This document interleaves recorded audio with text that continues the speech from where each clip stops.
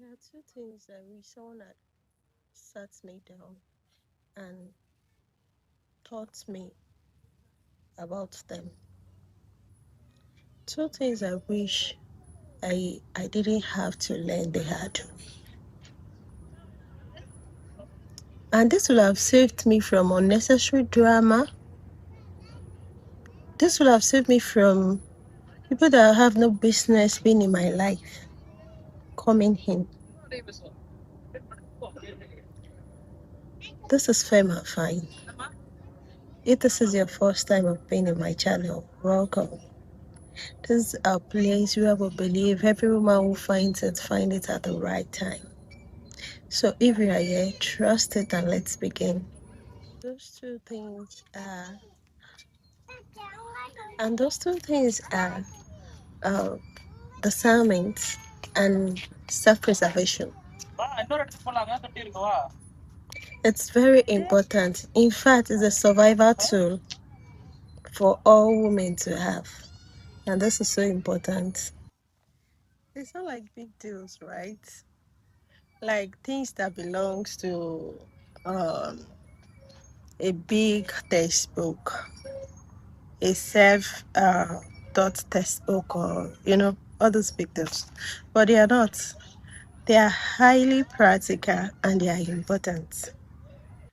Those two things are highly important and relevant about the way you live your life, about the people you let in, about the people you let go, about how you use your time, about the relationship with yourself. So it's somewhat like you are the judge and the jury of your life. The people you let in and the people you nail to the cross. As a woman, this is very important because these are things that are very essential to how you live your life. It's going to dictate how you spend your life with yourself and with people around you. And I want us to be specifically clear about this.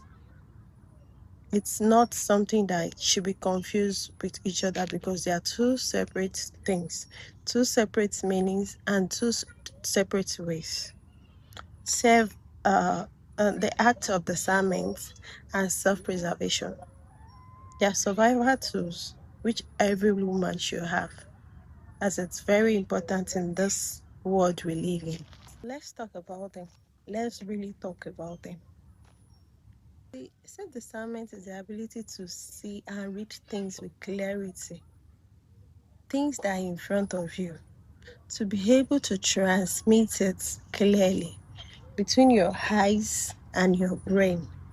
The ability to know what the situation is asking of you, the ability to know what a person really is, not who they are pretending to be,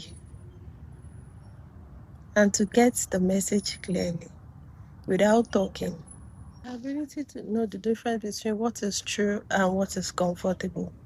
And the ability to know what aligns with you, what is convenient or familiar. Self-discernment is your inner compass. It is that quiet knowing before logic speaks. It is what your body perceives before you start talking your body out of it. Before your desire to be loved overrides what is really in front of you. Before your desire to be loved overrides what is really in front of you. That's discernment. And everybody has it. It is that feeling, it's that gut feeling that says something is not right here. Before you start talking yourself out of it, before you start saying, no, I think I'm being paranoid. It's not like that. This is the act of self-discernment. Now, self-preservation is what you do with self-discernment. It's another thing to know. It's another thing to protect yourself. is another thing to protect yourself from the harmful situation, or to protect yourself from yourself. That's self-preservation. You can have a sense of discernment, know something is wrong, and talk yourself out of it and walk right into the harmful situation. It happens. It's the ability to protect your peace, your body, your energy, your emotional worth, because you know you are worth protecting. That's self-preservation. And the difference, where people get it wrong is self-preservation is not a situation whereby you build a wall. No. It's a situation whereby you build a gate. A gate is a gate doesn't put everything out. A wall locks, protects everything, guards everywhere. But a gate, you can open a gate to determine who comes in, and you can keep the gates closed to determine who will not come in. So just if self-preservation exactly like that. And together, these two things forms the architecture of a woman who protects herself, who trusts herself, who knows herself, and who will not negotiate her comfort for the for the benefit of others. Because she knows herself and she stays true to herself. I think we should talk about self-discernment first. Because that is where a lot of women get it wrong. Not because they are naive, not because they are not intelligent, but because most women has been trained not to listen to their self. Most women have been trained to live for the comfort of others, to make people around them not to be uncomfortable. And so they have been made not to trust what they feel or how they feel or listen to their body. So let's talk about self-discernment first. Think about other times in your life when you have that flicker of unease about someone or a situation. Yeah, you feel something is not right, but you just didn't listen because you feel, oh, maybe I'm being paranoid, or it can't be. So you let your guards down, only for sometime later for you to now realize, for you to realize the truth, and for you to know you have been right all along. Right from the first day, or when that thing happened, or when that situation happened, or when that person walked into your life, you realized, oh my God, I had this feeling about this person. So that means I was right. I'm sure everyone have experienced that at a particular time in their life. And the gap between knowing and trusting your knowing is where discernment lies. Think about it. That God's feeling that refuses to go away, but you keep talking yourself out of it. That is your self-discernment. Let's talk about how to develop self-discernment. The first one is to pay attention to your body. The body always knows, and the body has a way of telling you. The tightness in your chest, that gravity pull in your stomach, that tightness on your shoulder, that the feeling of something is off, something is pulling you away from that conversation. Something is off. Something is talking at the back of your mind.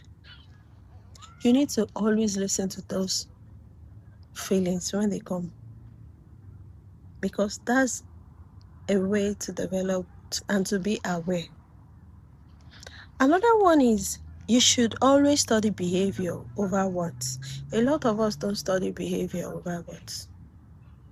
Apart from the first impressionate week that the person came into your life, the person is trying to maybe love bomb you or be so nice and so perfect. And we keep holding on to that, to all the promises, to all the things maybe this friend has promised us. It can either be relationship or friendships. But instead of us to, you need to learn how to wait, not to rush, to study. When you study like that, when you study people over a period of time, their character will always tell you what you need. And it will even give you enough time to nurture and to improve on your self-discernment. Another one is you should start paying attention and notice when you start rationalizing a situation. Something that is fine doesn't need to be rationalized. You don't need to talk yourself out of a situation. You don't need to say things to convince yourself out of a situation, or to trim off the edge of the picture, or to make a perfect picture. No, you don't need to do any of those things. If something is truly fine, and that means it's truly fine, you don't need to justify anything. And again, another way is to think about your past.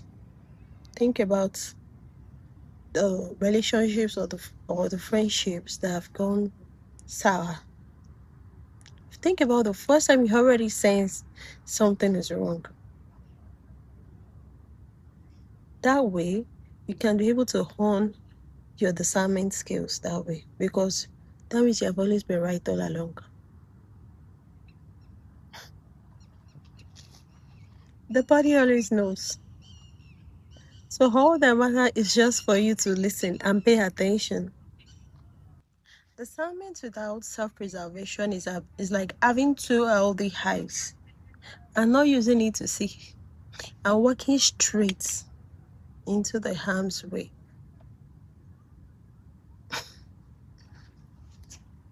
That's why both of them has to work in accordance together for the benefit of the person. Now, let's be honest, self-preservation is much more difficult because most women has been taught to abandon themselves from the beginning of their lives. They have been taught to put other people's needs before their own. So there is no boundary, there is no proper self connection with oneself, because you give all outside. You keep outputting, no input. So even if danger is staring at you in the face, you will still find a way to feel you have to serve, because that's what you have learned all your life. Unless you talk yourself out of it, because this is the way that you have, this is a frame that has been presented to you all your life. And now I want to present another frame to you. I want you to know that self-preservation is an act of love. You can't serve from an empty cup. When you preserve yourself, when you are in tune with yourself, When you're okay with yourself, only then can you serve your loved ones and people around you. Only then can you be effective. Only then can you be in the present. Self-preservation can be preserving your energy, preserving your peace, preserving your inner world, preserving your emotional world, refueling yourself. There are times when you just don't want to serve anybody. You just don't want to do anything. There are days like that. Preserve yourself. That's not cold. That's not heartless. Remember the days you have been given. And now just see that day as your off day. And it's perfect. And then preserving your peace. There are some people that you meet and they drain you. They drain you in such a way that when you leave, when you part ways with them, you have to wash your hands with water because your energy is tired and you feel drained. I call them energy vampires. Avoid people like that. People that suck and suck and suck your energy. People that thrive on it. People that live on it. People that tries to belittle you when you are with them. People that is always in a mood. People that always say things that after you leave, you keep thinking about those things. You keep turning it around. You keep churning it like an ice cream. Like you want to make ice cream. You get tired. You're not motivated when you part ways with them. You have to preserve yourself. You have to preserve your life source from people like that. Avoid people like that. They are not good for you. So avoiding people like that is not cold, it's not heartless. If they are taking too much from you, be it friends, be it family, you need to preserve yourself. There's a difference between all these things. And once you are clear on them, nobody will confuse you because you know exactly what you are doing.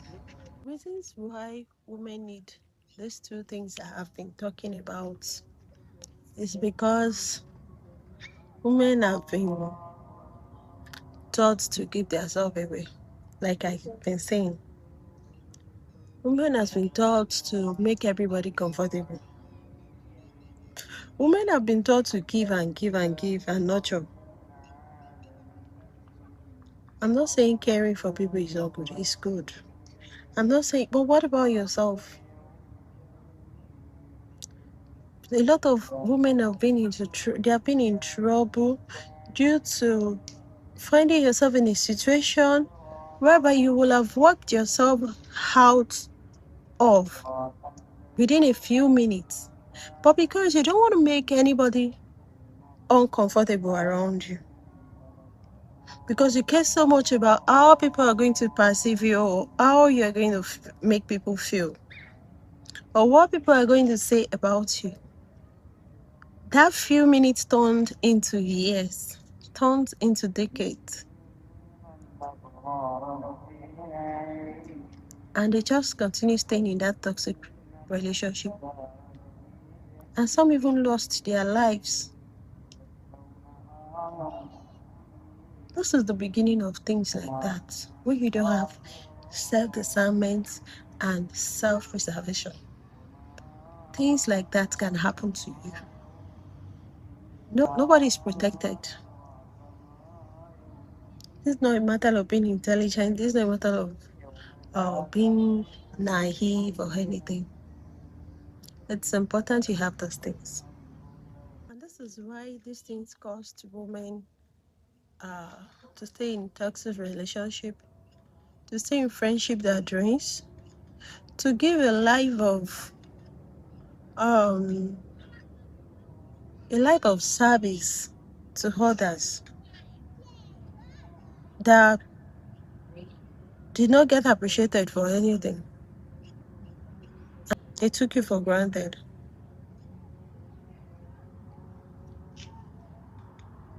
Discernment and self-preservation is going to give you that thread back. That way, you have lost the way to yourself. But when you start developing the skills, you find a way you can, um, you can, you can hold on to the thread and find your way back to your true self. I want to leave you with this. To be a preserved woman, a woman that is that has a sense of discernment, is not a day job.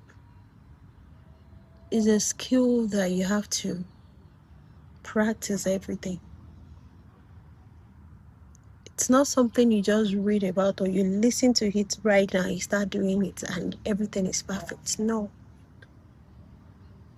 But listening to this video is the first step.